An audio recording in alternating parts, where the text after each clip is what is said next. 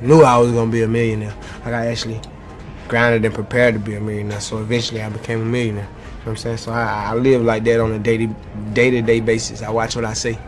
I'm a strong believer in the tongue is the powerful thing on your body. Actually, oddly enough, step one is not introspective. Step one is get out, play, get lost, have fun, try a lot of things, challenge every assumption that you have, get out of your age bracket, hang out with people way outside of how you grew up, a totally different circle. You will be utterly shocked. Utterly shocked. Everybody wants to know what I would do if I didn't win. I guess we'll never know.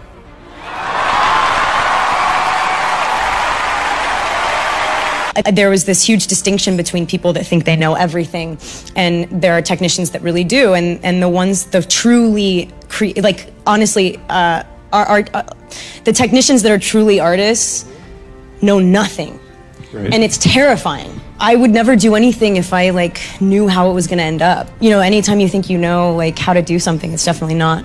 It's not what I'm into. You can't do stuff unless there's massive risk involved. If you're going to write your destiny, you can do a bad first job. You're going to get smarter as you move forward. That's the thing, is that, so something beckons to you, that's what happens here. Maybe the star that Geppetto wished on was the wrong damn star, but at least it was a star, right? At least it was in the sky. At least it moved him forward.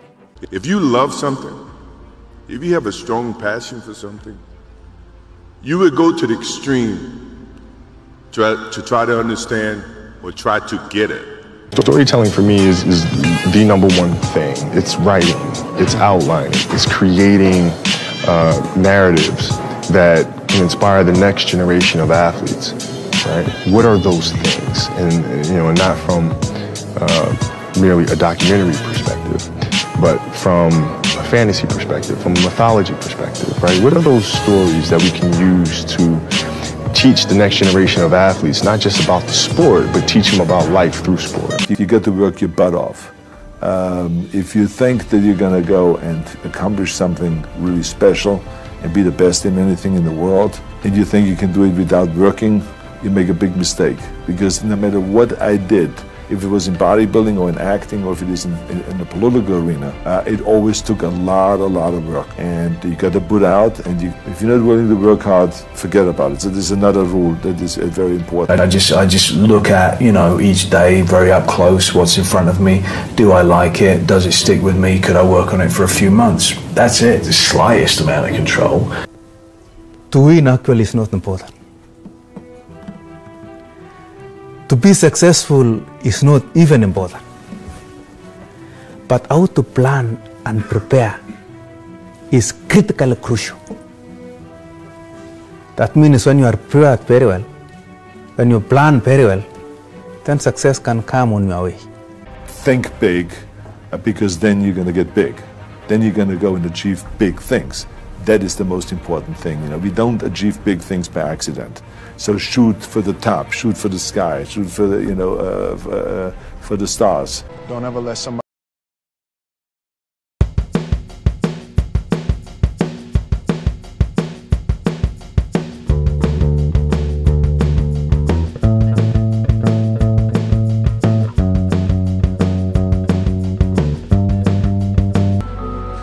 People can't do something themselves. They want to tell you can't do it.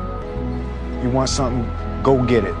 And the number one lesson I could offer you where your work is concerned is this: become so skilled, so vigilant, so flat out fantastic at what you do that your talent cannot be dismissed. It don't matter whose fault it is that something is broken if it's your responsibility to fix it. For example, it's not your fault if your partner cheated and ruined your marriage, but it is for damn sure your responsibility to figure out how to take that pain and how to overcome that and build a happy life for yourself. Having one person who believes in you and you can count on, and it may be your mom, it may be your grandma, it may be an uncle, it may be a coach, whoever that is, I think you have to kind of hang on to that. You may not always find it exactly the way you would want it, but somebody out there is believing in you, and you got to listen to them and bring them into your life. Tough times produce strong men produce good times produce weak men produce tough times. Yes. If that's the truth, which phase are we in today? Well, if you think about it historically, you have to say that we're in good times. That doesn't mean everything about the current times are good, and of course life is always tenuous and difficult.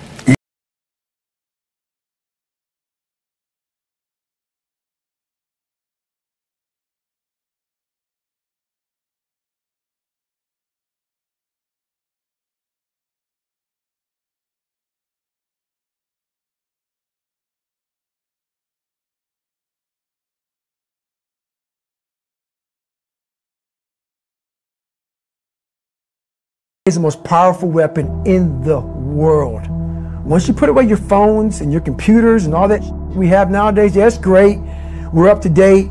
But your brain is the only thing you have when you're going through depression, when you're going through hard times, when you're going through death. The success is to go above it and be the orchestrator and know what you're good at and what you're not good at. So it's almost like if you want your life to be successful, you will not let yourself do certain things because you're just no good at them. Once you get that picture down, then you can find the paths wherever the paths are. You're open-minded because now you've given up your ego barrier and your blind spot barrier. There's these things that we oftentimes, we have responsibilities. And so we'll make sacrifices, or we'll be attracted to something and we'll make sacrifices to get something. And then the idea that we have to be thoughtful about that. That you can sometimes sacrifice yourself, that you think it's for the good, but maybe there's another way. You can never be too sure at all, and I think that would be, being too sure is complacency, isn't it? And you're going to die. You're going to die quickly from complacency. I think it's less about other people and more about like I have to do better than myself. Gotcha. Like if I feel like I reach a level, then I have to work harder. You never, the best. You can always get better. Got you. There's always room for improvement, and that's in every area.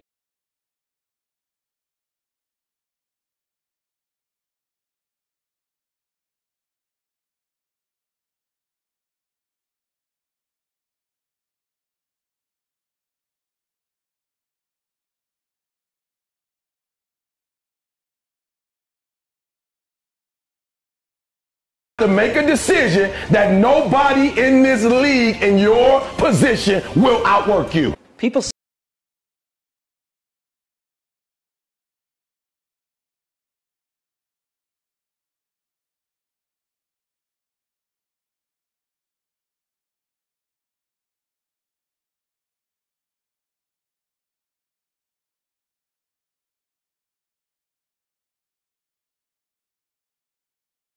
most people. And I myself have taken a break.